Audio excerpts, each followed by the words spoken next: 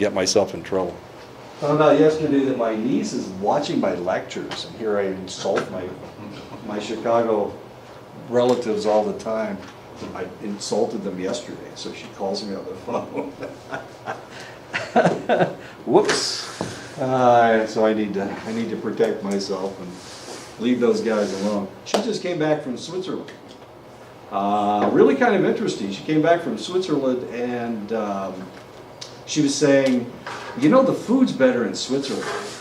You know, I was insulting the food in Chicago yesterday because it tastes crappy. And she was saying, you know, when I was in Switzerland, the food tasted really good. And then I came back and started, you know, I went out to eat and I got a pizza and the dough tasted like cardboard and the sauce tasted like, didn't taste good. But she said the other thing that you need to remember about people in Switzerland is they exercise. They don't drive here and there. I mean, you guys don't even walk up the stairs. These people are climbing mountains in their 80s. I know, so they're healthy. They're really healthy people. And they stay healthy and they eat really good food. Well, they eat whatever food they eat, but they're all tall. They're all really big people. Anyway, and then she came back to Chicago and she was sitting beside a lady. And this lady had no muscle mass whatsoever. She was just like a Pillsbury doughboy. You punch her in the arm and you go all the way down to her bone because she had no muscle mass. And here she was in Switzerland and all the people are healthy and all the babies are bright cheeked and whatnot. Anyway, there you go. If you want to visit healthy people, go to Switzerland. We're talking about the psychologist's role in law. One of the things that they do is as a policy evaluator. They will be tasked with determining whether long-term administration segregation was effective or detrimental to inmates. That's one of the things they may do. They compared the psychological deterioration of inmates segregated with those allowed in general population. Shouldn't have started here. They evaluated whether mentally ill patients deteriorated faster than the segregated inmates, and what they discovered, of course, was it didn't really make any difference. Segregating inmates is probably not a very good idea. These individuals, but it didn't make any difference as far as the general population was concerned. Prison is not a good place for your mental health. It's not a mentally healthy thing to do.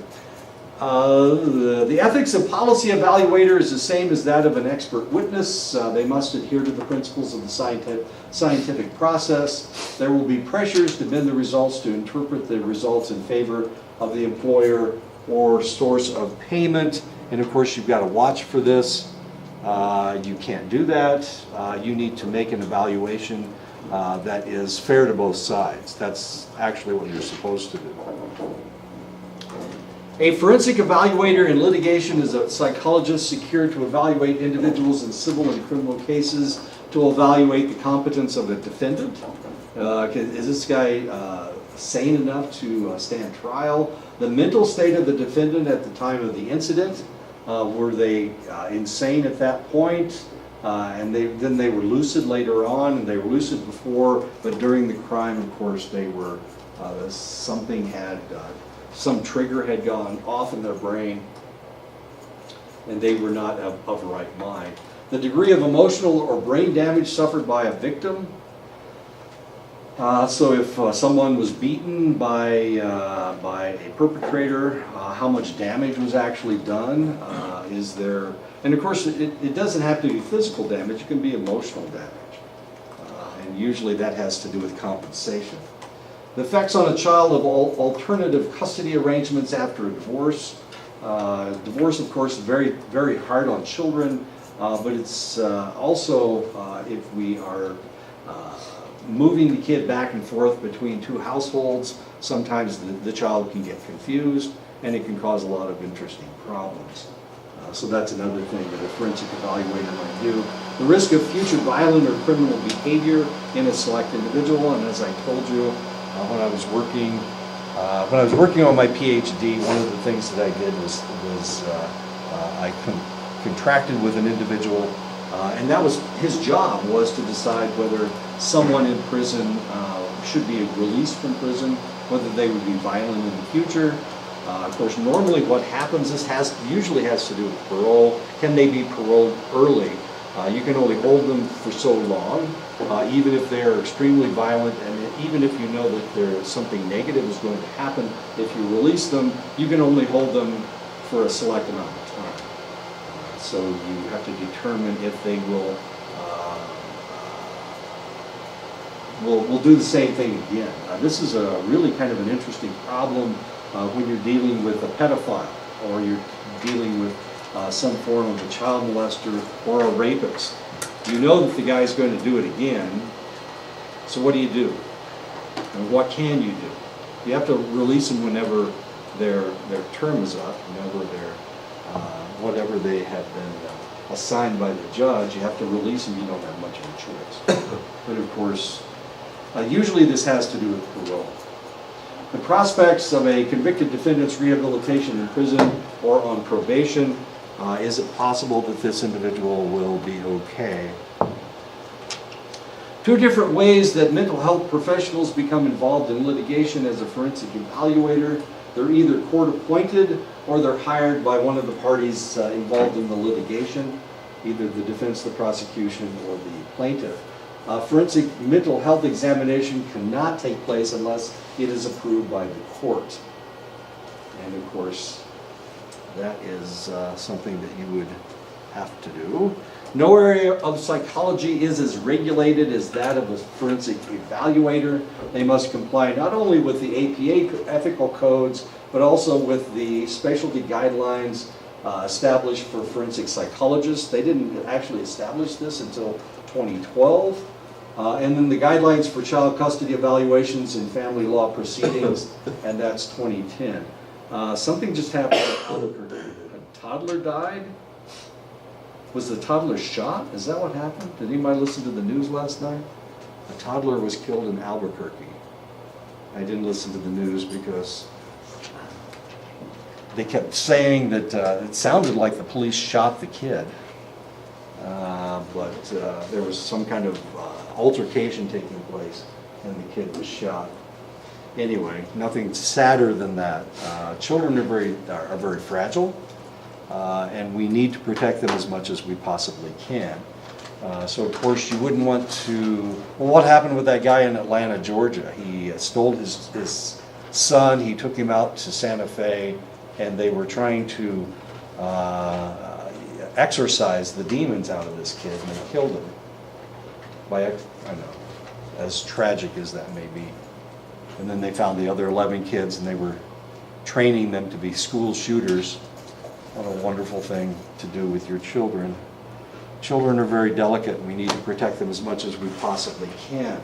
Forensic evaluators must provide evaluations that are clear in their purpose, conducted by individuals who are competent by virtue of their education, their training, and their experience. You can't just, you're a psychologist, you got your PhD, so now you can become a forensic psychologist. Doesn't work that way. You need to have spatial training to understand all of these things. With forensic evaluators, just like with a clinician, you need to have a fairly thick skin in order to be one of these individuals. You can't just pop down and anybody can be a forensic evaluator. It doesn't work that way. You need to be kind of tough. Respectful of appropriate relationships, avoid multiple relationships. In other words, if you have a relationship with any of the individuals in the case, then you have to recuse yourself because your decisions may be based more on emotion than on your actual evaluation. You need to provide the appropriate level of confidentiality, of course. You need to use methods that are accurate, current, and consistent with science and standards of practice. And of course, you need to communicate appropriately. Try not to swear. Try to keep the swearing down to a minimum. Last night on television, Bull was on television last night. Bull was written by Dr. McGraw. Dr. Philip McGraw. He was Oprah's psychologist or something. Anyway, Dr. Phil worked with the courts. He was a court consultant. He was a trial consultant, and he did it for years, made millions and millions of dollars, and then he became Oprah's psychologist, and now he's on television or something. Anyway, Phil McGraw's the one that wrote that show because it's about him. It's about his early life when he was a trial consultant. He wasn't the first, but he was the most famous. It's kind of like Freud. Freud wasn't the first Freudian. There was somebody else before Freud. Freud was just the most famous. So Dr. Phil was the same thing. You know, we have these trial consultants, and potentially they help lawyers put cases together, to put juries together. One of the things that they do is jury selection. They look at community attitude surveys. A lot of times that will change the way a case is heard. They test the effectiveness of demonstrative evidence. They provide guidance to attorneys. They suggest certain ploys that might potentially work. And of course, they prepare witnesses for testimony. This is their job. Oddly enough, trial consultants are very loosely regulated because it's relatively new. It's only been around since the 1970s. Nobody thought about doing anything like this. Like Dr. McGraw and his partner were the only two people doing this. They were out of Oklahoma. And then, of course, it is expanded all over the United States. But this is this is really hard to do. All of these things are hard to do because you have to be able to read people. You have to be able to look at people and read them. And I don't know if you have ever tried to do that, but sometimes you get it right and sometimes you get it wrong. But these individuals are really good at reading people. The ethics of the consultant and litigation, there is no exception for impartiality in this role. They work for a certain client. They don't work for both sides. They only work for one side with one side over the other.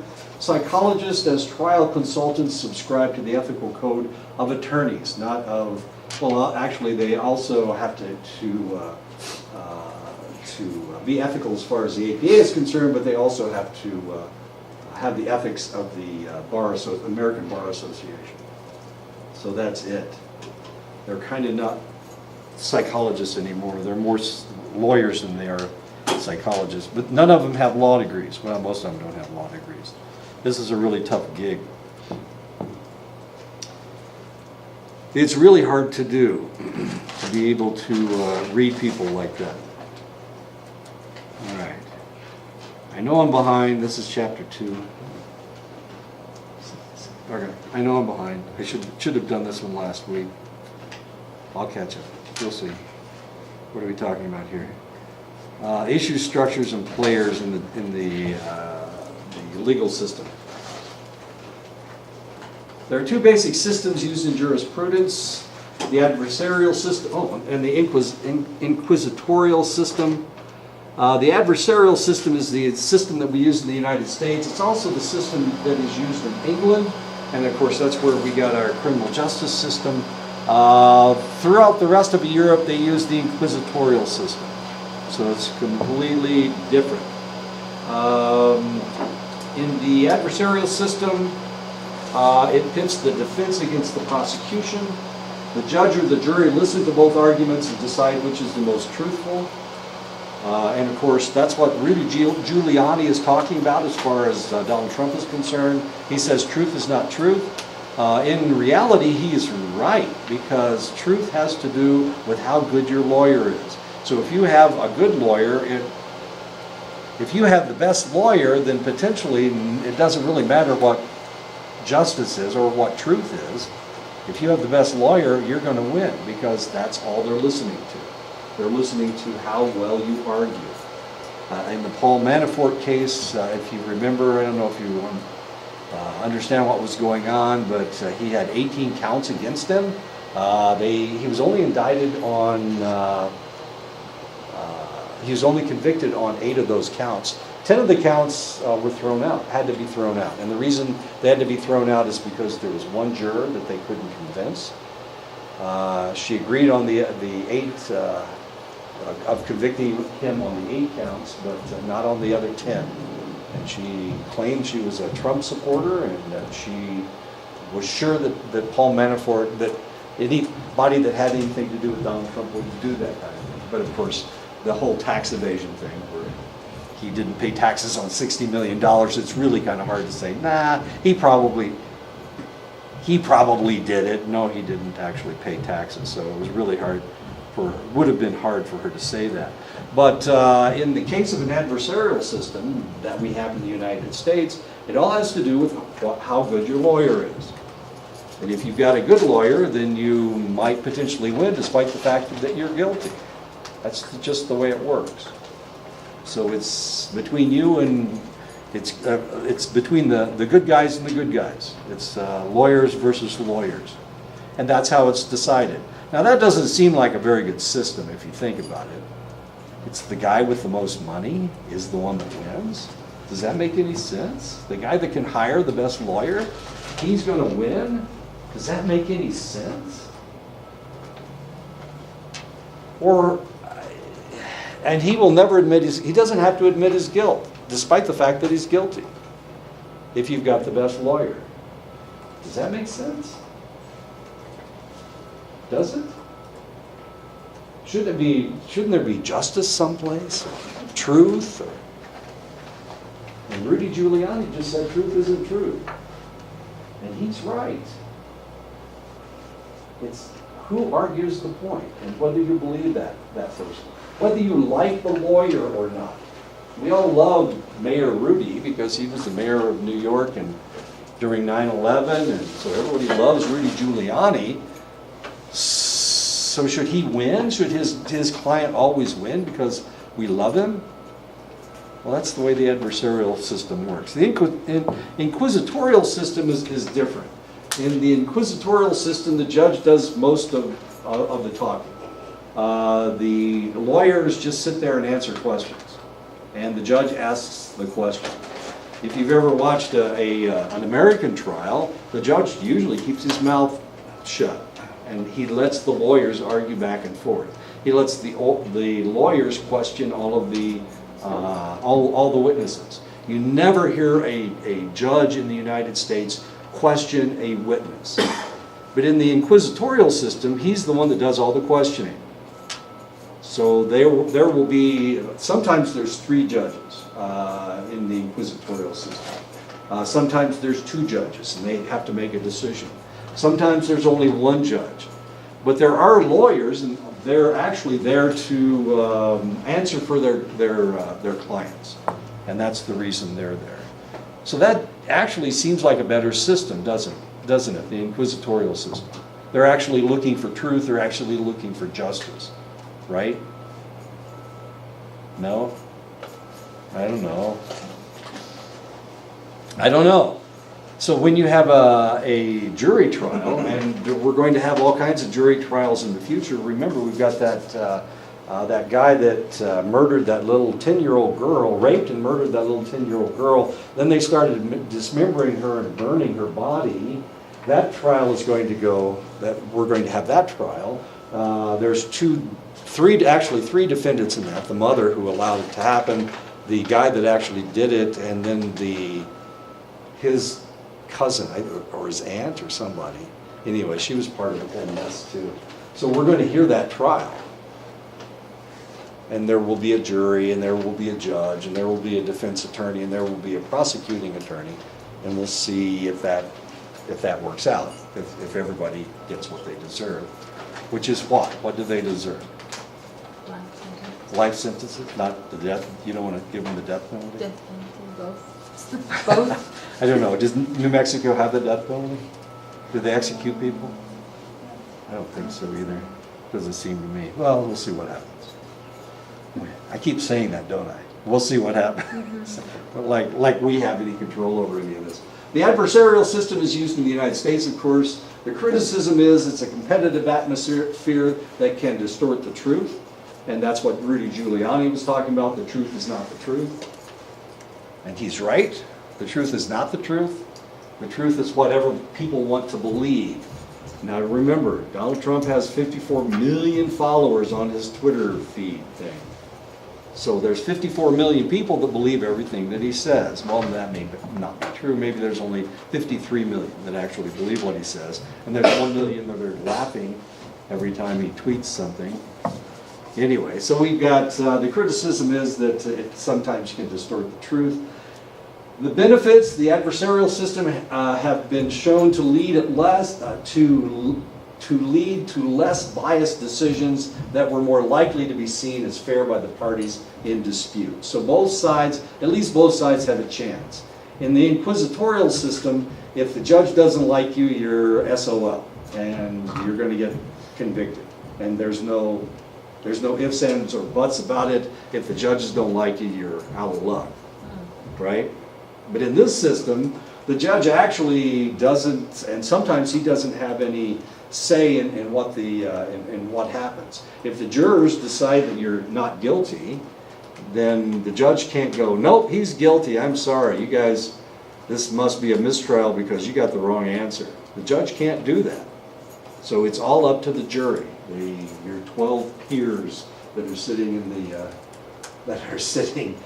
the jury box. Participants have plenty of opportunities to present their version of the facts so that they feel that they have been treated fairly, and of course that's actually what happens in our trials. The defense will present their version of the truth, and the prosecution will present their version of the truth. And that's why Rudy Giuliani said the truth is not the truth, because there's two versions to the truth. If Denise and I saw the same thing, and we went to trial, and she said, well, this is what I saw, and I said, well, I saw something totally different than you did. Which one is right? Is she right or am I right? Me. You're right? Okay. Why? Because you're younger? But I have better eyesight than you do. You wear glasses, and I only wear glasses to read. So which is the truth? And the answer would be, well, whatever the jury decided was the truth. And that's the way the law works. Laws are designed to specify precisely what conduct is illegal, often referred to as black letter laws. But do these laws always correspond to people's sense of right and wrong? For example, the topic of euthanasia highlights the inconsistency between legality and many people's perceptions of what is moral, ethical, and just. So do we believe in, I don't know, do you believe that you should, if somebody's in a lot of pain, that you should allow them to die? Or you should assist them to die? That's what euthanasia is. So if somebody's dying of cancer, should I help them? Not be here anymore. Should I help them die? Or is that murder? If I help them die, that's murder, isn't it? Isn't it? Wow, this is hard, isn't it? I know, you don't want to watch them suffer. I mean, if it was a dog, you wouldn't watch them suffer, would you? But if it's a human... So what do you think? Euthanasia, yes or no? No? It's immoral. It's unethical. I'm a medical professional. I shouldn't be killing people. I know. Yes or no? I mean, when you have to make a decision, you have to make a decision right this second. It's not like you can ponder. I'll wait. You'll help them die? What do you think?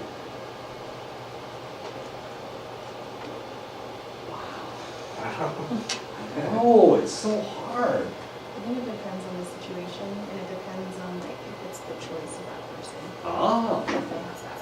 What if they choose? Or If does they it- have the agency and they're able to make that decision, then You're gonna put the gun in their hand?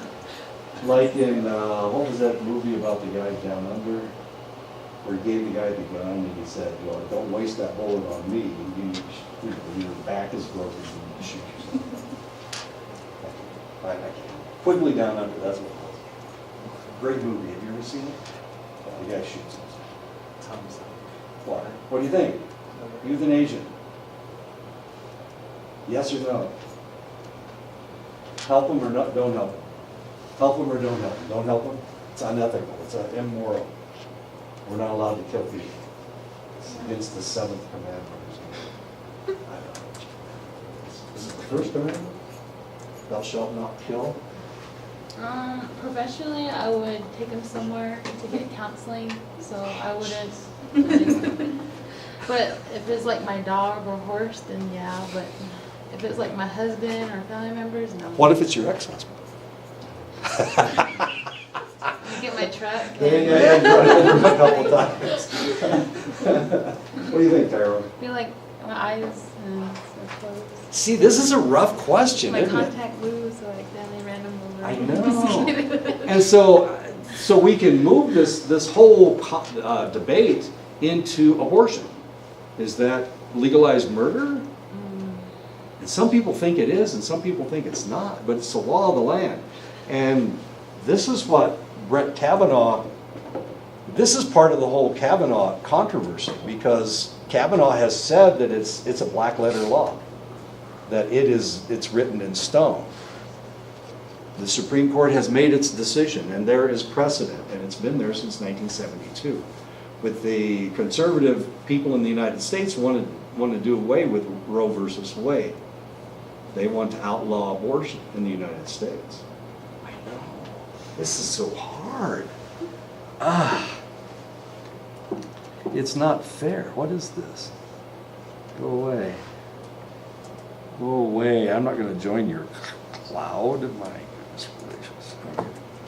Legislators and scholars have argued for centuries about whether or not the law should be consistent with citizens' sense of morality. And of course, so who gets to decide? Do lawyers get to decide, or do people get to decide? I mean, are we going to vote as to whether euthanasia is legal or not? It's been on the referendum in California, in Oregon. Euthanasia is legal in Oregon. Assisted suicide is legal in Oregon. It's legal in California. So if you're suffering with something and it's a terminal disease, you can tell the people that you want to die. In California? In California and in Oregon. And they potentially will help you. So you would have to be a resident of that place, Yeah. of the state? Sure. Well, those are the only two states that have legalized. It's not like you But can. what if you're like from Arizona? I'm not thinking of doing that, but sorry. Asking for a friend. Asking for a friend. Wow, no, you can't. No, you're not a resident of that state, so you can't do it. And you also can't go over there and vote, so you have to stay here and vote. My chapter has a good win. Recently, researchers have considered whether the principles in the Model Penal Code are compatible with citizens' intuitions about justice and legality. A majority of states base their criminal laws on the Model Penal Code. And we're going to talk about the Model Penal Code now, I hope. The Model Penal Code says that attempts should be punished in the same way as completed crimes. Intention is important. So if you intend to murder somebody, they should charge you with murder, because you intended, it's attempted murder. Okay, so that's what they will charge you with, attempted murder. Some states don't have attempted murder. So if you shot close to somebody and didn't shoot at them, then they wouldn't charge you for attempted murder in select states. But other states that use the Model Penal Code, it is attempted murder, and they will charge you with that. And of course, you'll go to prison for a select amount of time. However, Darley and Sanderson and La Mancha in 1996 found that people do not accept the view that intent to commit an act is moral equivalent of actually doing it. So there's a lot of people in the United States, and you may be one of those individuals, that thinks just because you wanted to do it doesn't, you shouldn't be arrested for that. That you should be charged for something else. Did I ever tell you about my friend that was a cowboy? He was these two native guys, and they had teamed up with this guy from Canada, this rodeo rider from Canada. And so they were traveling around to the rodeo circuit. This is up in Montana. They were traveling around the rodeo circuit. One night they got drunk and they decided, hey, that Canadian guy keeps winning and he's got all this money. I think what we should do is we should kill him and steal all of his money. Nobody will know. I mean, we're out in the middle of nowhere, and then they won't find his body for like ever. So they decided that they were going to kill him. So they take a log, a big piece of wood, and they slam the guy over the head. And they thought that they killed him. And so they start rifling through his stuff, and all of a sudden he wakes up and he goes, hey, what are you guys? They're all drunk. They're all drunk. So he says, what are you guys doing? Are you looking for some more booze? Here, I got some more in my kit over here. And so they didn't actually hurt him because the guy's a rodeo rider, right? And he gets slammed around all the time. So they hit him in the head with this log, and it didn't even hurt him. And then, of course, they're thinking they killed him, and they're trying to steal his stuff. Was that right or wrong? Should they have been charged with attempted murder? These two guys, they probably didn't get paid for it, since they were so drunk. Should they be charged with attempted murder? Montana doesn't have attempted murder. I'm not sure what Canada has, but he was a Canadian, and they didn't kill him. So that's good news. They didn't kill him, and nobody went to jail, and they found some more booze, and they got drunker than they were before. And he didn't think that they tried to hurt him. Anyway, so intent. If a pickpocket picks an empty pocket, he is still guilty of being a pickpocket. It is not the amount of money that he steals, but the intention that makes him a thief. Is that correct? So if I pick somebody's pocket and I get your billfold and there's no money in it, have I stolen it? Am I still a pickpocket? I didn't steal any money. Am I still a pickpocket? Am I still a thief? I gave you back your billfold. I didn't want anything in there. There's no money in it. I'm just after the bucks. So am I still a bad guy? I am. So intention is a negative thing. In 1959, Ralph Doms grabbed his wife Marjorie from a bus stop, but put a pistol to her head and pulled the trigger. The pistol did not fire. Doms was heard to say by 2 police officers in the vicinity, "It won't fire, it won't fire." Doms was charged with attempted murder because of intent. Was that correct? He grabbed this lady, put a pistol to her head, and pulled the trigger, and it did not fire. Should he have been arrested for anything? He didn't actually shoot her. He didn't actually kill her. He was convicted of intent. Should he have been convicted?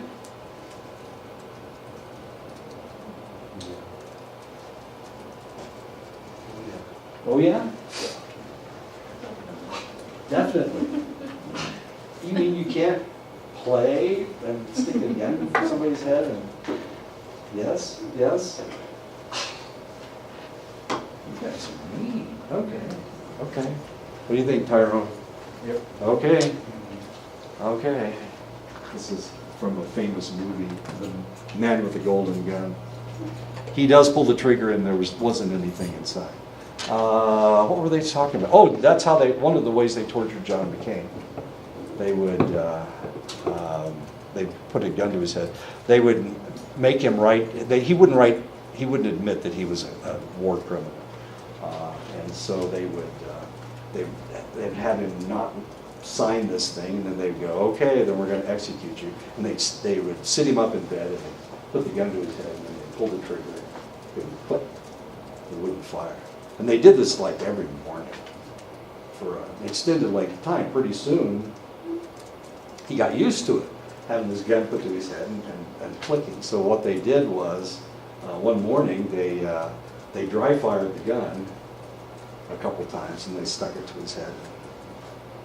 It was an automatic. So they fired both rounds out of it, and then they pulled the trigger, and they did exactly the same thing. But at least this time they kept doing that to John McCain, which is a war crime, I guess.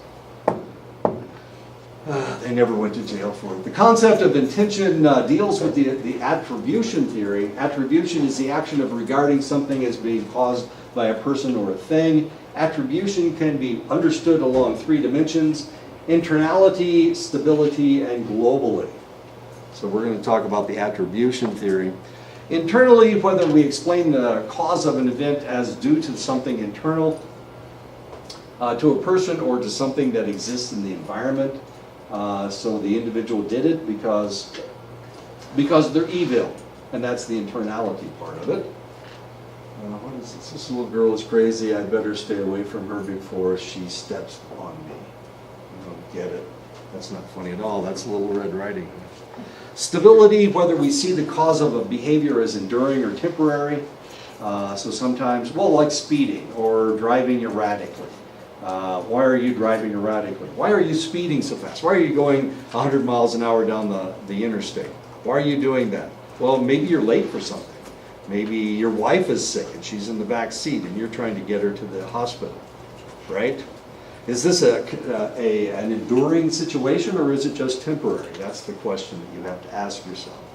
So when I see somebody doing something really dumb, I always tell myself, well, there's probably a reason for that. I try to tell myself that, rather than get mad and, road rage and I slam into the back of them. Globalness, whether we see the cause as specific to the limited situation or applicable to all situations. Is it global or is it not? And that has to do with attributions. So it can be internal. Is the person evil?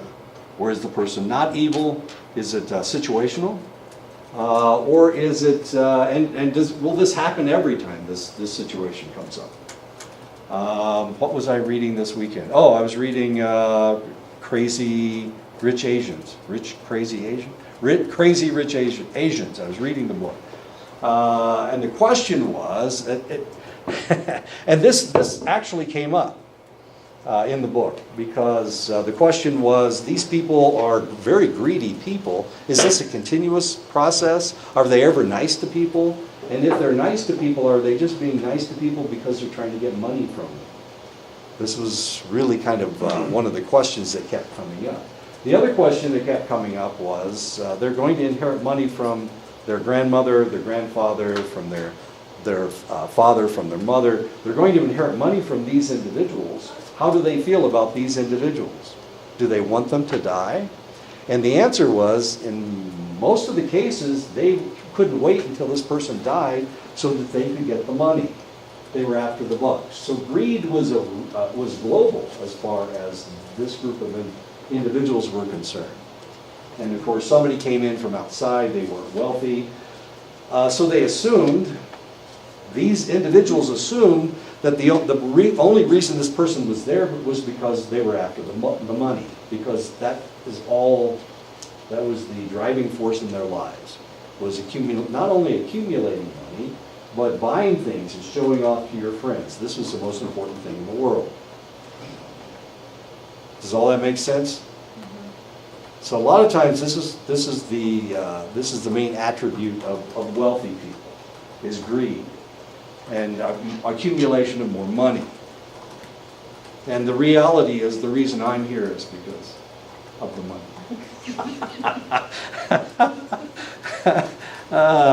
So the question you have to ask yourself, are all white people like that? Of course, these are Asians, but are all white people like this?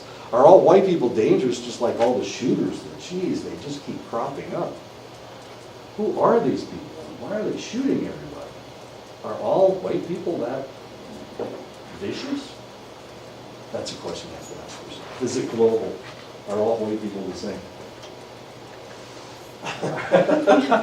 Are we greedy is the question you have to ask yourself. Anyway, okay. And the answer is, obviously, I am greedy, because I'm just here for the money. I'm not here, I'm having a really good time. I'm not here for the good time, I'm here for the bucks.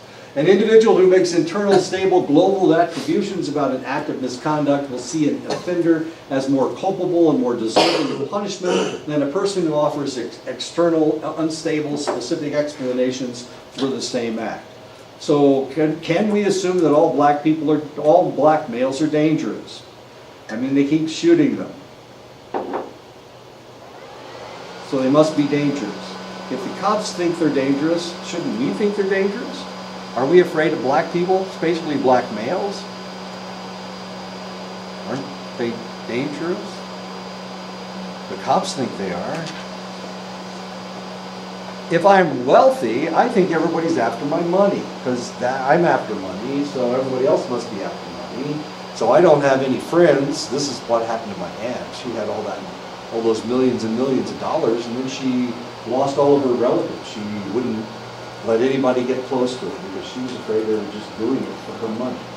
She didn't trust anybody, except other rich people. And guess what happened when she married another rich guy? He took her to the cleaners. Because he was rich and he wanted more money. He was a dentist. Oh, master. What a bastard. I know, he ripped her off. She'd have been better off with her relatives. Her relative, all she would have had to have done was be nice to you, feed you sometimes, right? I mean, she was a relative. We would have been nice to her. Aren't we nice to all of our relatives? Oh, no, all our relatives. Okay.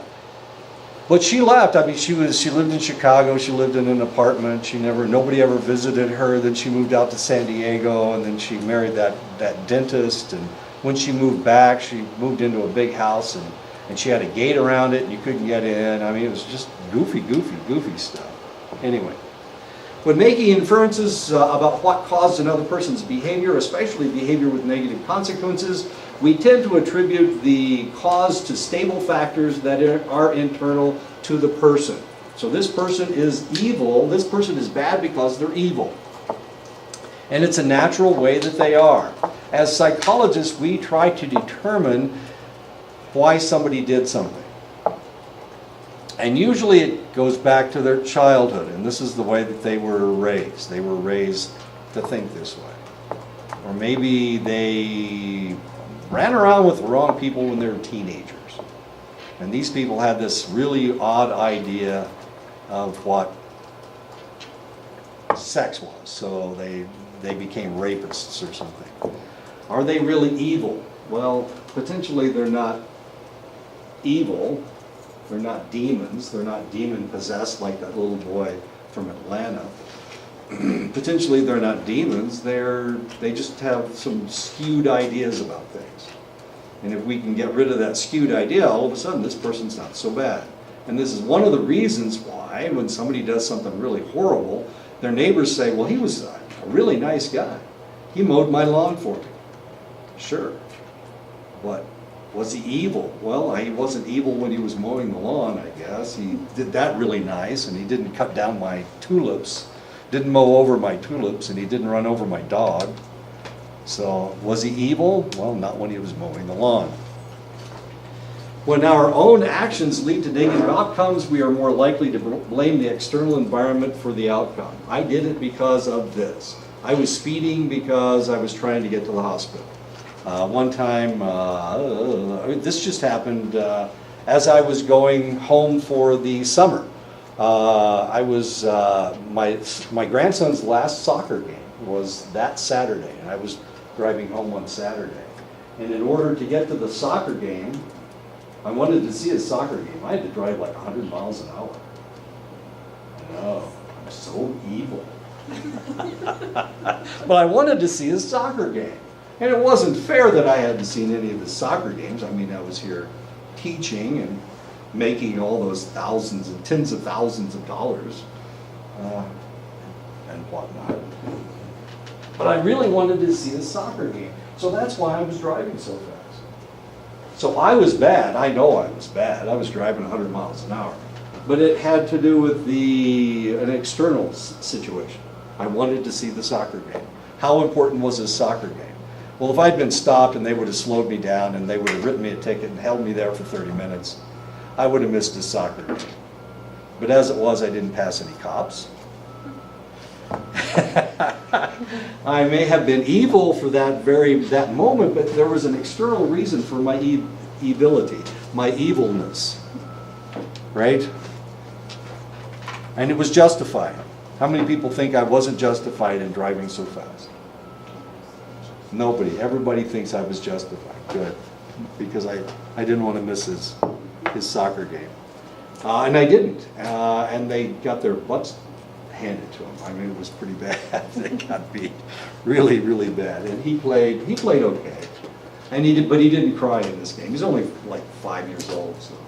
But he didn't cry in the game.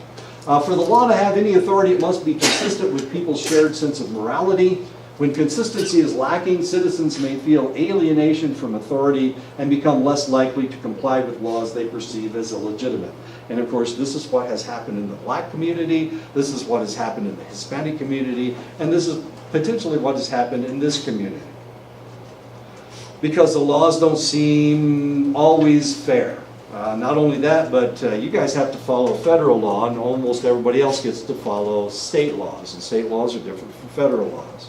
So if somebody gets arrested for something on the reservation, they go to federal court, have to go to federal court. And federal courts are different from state courts. Federal courts, they don't care how full their jails are, so they don't have parole. But in states, especially Arizona, I mean, your prisons are packed, just packed. And sometimes they let people out just because the prison's too full, so they'll let them out. Well, that ain't gonna happen in a federal court because, for one thing, you're not gonna be housed here, probably. You'll probably be housed up in Missouri. I know, that's where the federal prison is. Anyway, okay, so potentially you may feel that the laws are illegitimate because they don't really apply equally to you as they do to everybody else. If I get caught speeding on the from here to Gallup, they can't give me a ticket. So I can drive as fast as I want to, kinda. I know Denise drives as fast as she wants to also, but she never gets stopped either. But she can get a ticket and I can't. However, they can, if it's fast enough, they can hold me and call in the state cops. And the state cops will give me a ticket for speeding. I know, that doesn't ever happen. I hardly ever see policemen between here and Gallup. Really, I almost never see a policeman. So I can drive as fast as I want to, can't I? I have to drive to Snowflake tonight, so how fast can I drive going through Granada? 80? I don't think Watch out for the potholes, though. I don't think I will. Definitions of justice have changed throughout history. In the Old Testament and Homer's Iliad, justice meant something like revenge. So you had to revenge yourself on other individuals. If you've ever read the Iliad, it's kind of interesting. Somebody gets killed, so they have to revenge themselves on the Trojans or whatever. They have to kill a select number of Trojans, so they go out and they kill 50 Trojans. By the time of the Golden Age of Athens in the 5th century BCE, the concept of justice came to be more about achievement of well-being of individuals. So it changed over time. A person will be more accepting of decisions and more likely to believe that disputes have been resolved appropriately if the outcomes seem just or distributed equitably. And of course that has to do with pie, I guess. Pumpkin pies, which is my favorite type of pie. I thought I'd put the pumpkin pie in there. Anyway, so if we were dividing up a pumpkin pie in this classroom and we had 3, 5, 6, 7, 8, Kiana's gone so she doesn't count. We have 10 people in this room. We'd have to cut this into 10 equal pieces. Who's going to cut up the pie and do it equitably? Who can cut a pie in 10 equal pieces? Who can do that? Does anybody have the ability to cut a pie in 10 equal pieces? A mathematician. I'm sorry? A mathematician. A mathematician could do it? Wow, that's actually 2.75 inches. Okay. And so we'll cut right here. But it still wouldn't work, would it?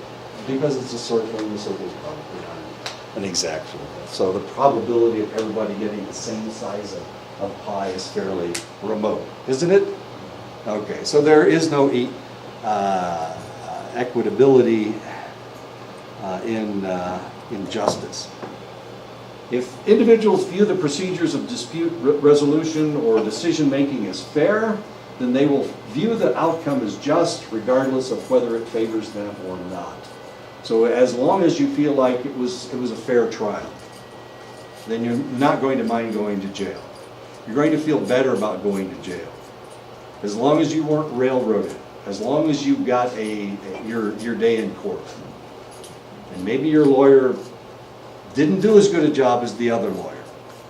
And now all of a sudden you're in jail. But you'll feel better about it because you'll feel that at least you had your day in court. Equitable justice. Research shows that when procedural justice in child custody and child support cases is accepted, both fathers and mothers are more likely to be involved in their children's lives.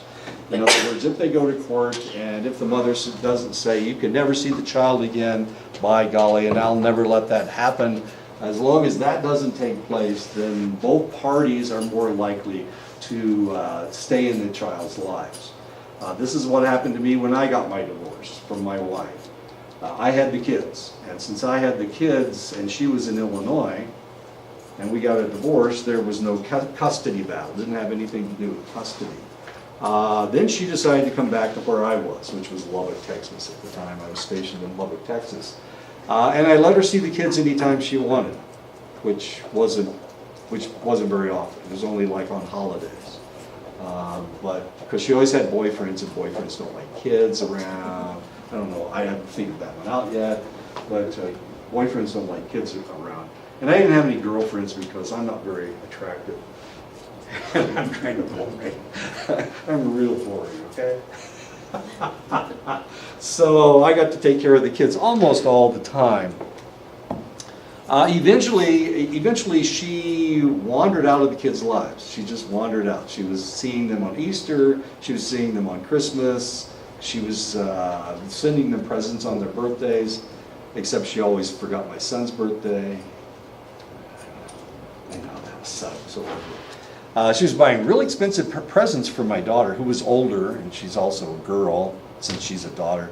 And my son, she was buying really cheap-ass garbage presents.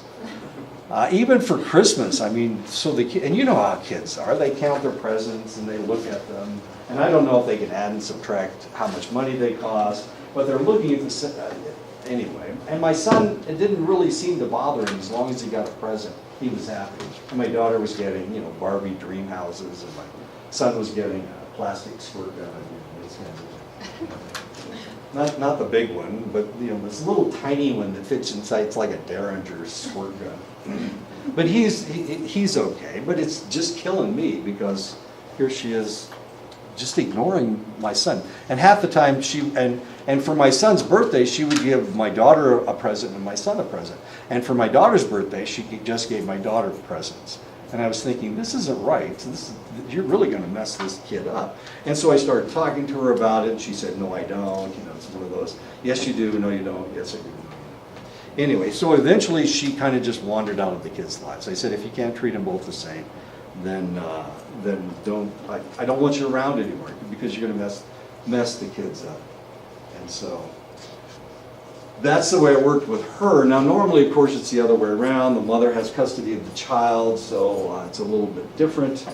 They want the father to stay around as long as possible. Usually the father will stay around until he gets a new girlfriend, and then all of a sudden his time with the children is reduced. When fathers lose in these cases, if they believe that the hearing was fair, they're more likely to maintain contact with the children. Of course, there was no custody hearing as far as my case was concerned because she took off for Illinois. Common sense justice refers to ordinary citizens' basic notions of what is just and fair. Researchers have found evidence that the black letter laws on the books may be at odds with community sentiment. And this happens a lot because the black letter laws are usually older laws. So there were black letter laws in the South dealing with the treatment of African Americans. These black letter laws had been on the books since after the Civil War. And some of them were before the Civil War. So the treatment of African Americans in the South was really pretty poor. So what they really needed to do was change the laws. But of course, they refused to do that because they'd always been on the books. So they were still following these laws. One law that has never gone away in Mississippi, is that right? Well, it existed into the 1980s, was a law called miscegenation. Does anybody know what miscegenation is? That's where black people and white people can't marry each other. Actually, it means different races can't marry one another. And this was a law in Mississippi. And this was a law that was on the books until the 1980s.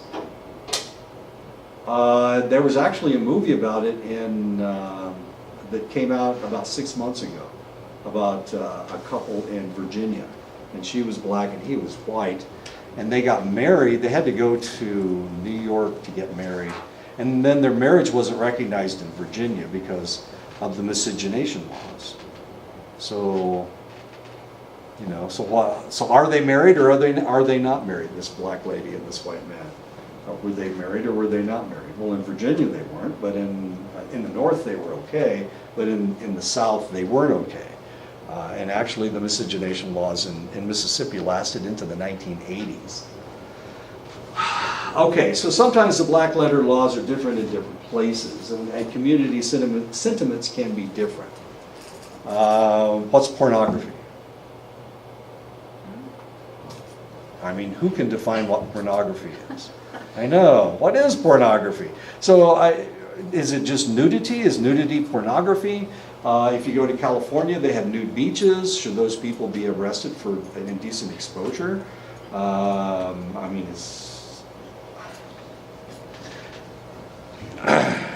how confusing is this? In Germany, they have some of their advertisements on television have nudity. In Holland, it's